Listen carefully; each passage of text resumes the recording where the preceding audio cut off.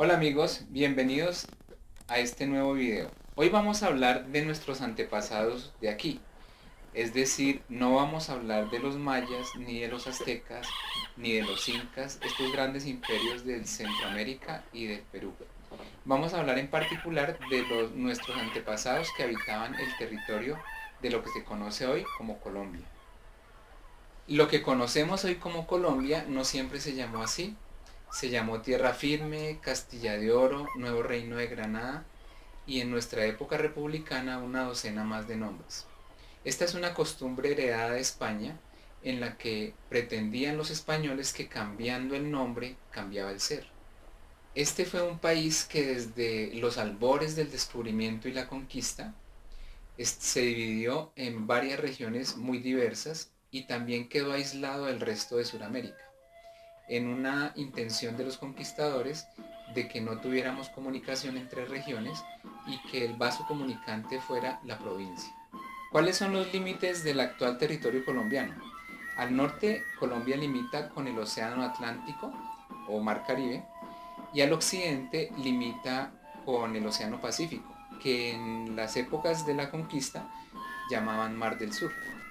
Al sur el país está cerrado por la gran selva amazónica y al noroccidente por el tapón del Darién, que es todavía hasta nuestros días un territorio infranqueable.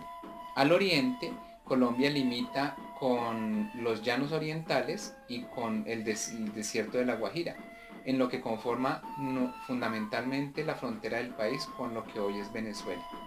Y en el interior, ¿cómo está dividida Colombia? Bueno, Colombia recibe la gran cordillera de los Andes que se trifurca en tres grandes ramales y es atravesada por ríos muy caudalosos como el Cauca, el Magdalena y el Atrato. Además, Colombia posee una gran variedad de climas en mesetas, altiplanicies, llanuras, montañas, que la caracterizan dentro de Sudamérica como uno de los países más diversos en fauna y flora. En Colombia, en lo que hoy es Colombia, habitaban alrededor de entre 80 y 100 pueblos indígenas o aborígenes de estas regiones, con costumbres y culturas muy diferentes, que estaban en gran medida determinadas o condicionadas por las condiciones geográficas y vivían relativamente aisladas entre sí. Algunas de estas tribus, como los caribes, vivían incluso en la Edad de Piedra, en la parte norte del país, en la costa caribe y en las selvas del Darién. De estas poblaciones, de los caribes justamente, Colón escribió: no hay mejor gente ni mejor tierra, muy bien hechos, de muy hermosos cuerpos y muy buenas caras. Son la mejor gente y más mansa del mundo. Estas ideas de Colón sembraron la leyenda de lo que se conoce como el buen salvaje, leyenda que ha sido llevada y traída y manoseada por filósofos y antropólogos en la historia. Los caribes eran cazadores semidesnudos de animales roedores, recolectaban bayas, pero no eran tan mansos como los pintó el almirante. De hecho, eran feroces guerreros que completaban su dieta proteica, obvio, sin saber que lo hacían para eso, con la carne de sus enemigos. La palabra caníbal para designar estas poblaciones viene del sordo oído de Colón, porque ellos se llamaban caribes a sí mismos y Colón confundía esto con caníbal para designar poblaciones que tenían la costumbre de la antropofagia. Estas poblaciones tenían unas poblaciones vecinas hacia las que llegaban los caribes en sus canoas de guerra y les tenían terror. En la región caribe también habitaban otras tribus, los taironas, de una cultura más avanzada. Eran edificadores de grandes construcciones en las laderas de lo que hoy se conoce como la Sierra Nevada de Santa Marta, comunicadas entre sí por escaleras de piedra, y eran grandes orfebres. Tan guerreros como los caribes eran los taironas, y ofrecieron una resistencia a los españoles de sus inexpugnables montañas por siglos. Descendientes de los taironas, todavía hoy habitan esta región de la Sierra Nevada los copis y los arahuacos, una orgullosa civilización que consideran a la población blanca y mestiza colombiana como sus hermanos menores. Más al norte, en La Guajira, estaban los guayús, una población que todavía vive en estos territorios y que también ofreció una feroz resistencia a los invasores españoles y nunca fueron sometidos. Y avanzando hacia el sur, en los departamentos que hoy se conocen como Boyacá y Santander, habitaban los también belicosos musos.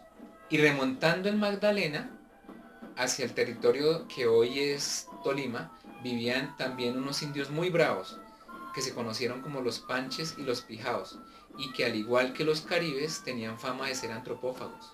Un poco más al sur, tal vez no sabían ustedes, o me lo dejan en los comentarios, existió la civilización de San Agustín, que ya había desaparecido siglos antes cuando llegaron los españoles, pero que nos dejaron en sus monumentos de piedra unas grandes huellas de que fue una civilización muy avanzada.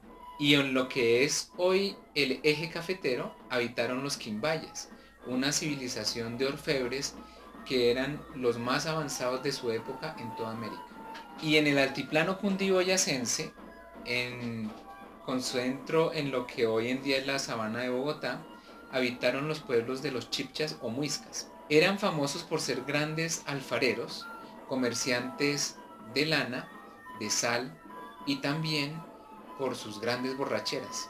El cronista Juan de Castellanos, que también era poeta, en sus versos de las elegías, se asombraba de que los chipchas sacaran de una misma planta, que era el maíz, tanto su pan como su vino, es decir, la arepa y la chicha.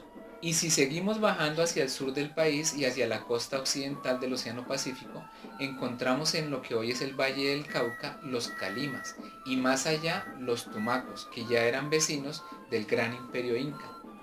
Ninguno de estos pueblos conocía la escritura, es decir que nos enteramos de estas características de los pueblos que habitaban estos territorios por las crónicas de los españoles, que eran sus feroces enemigos, y también por restos arqueológicos.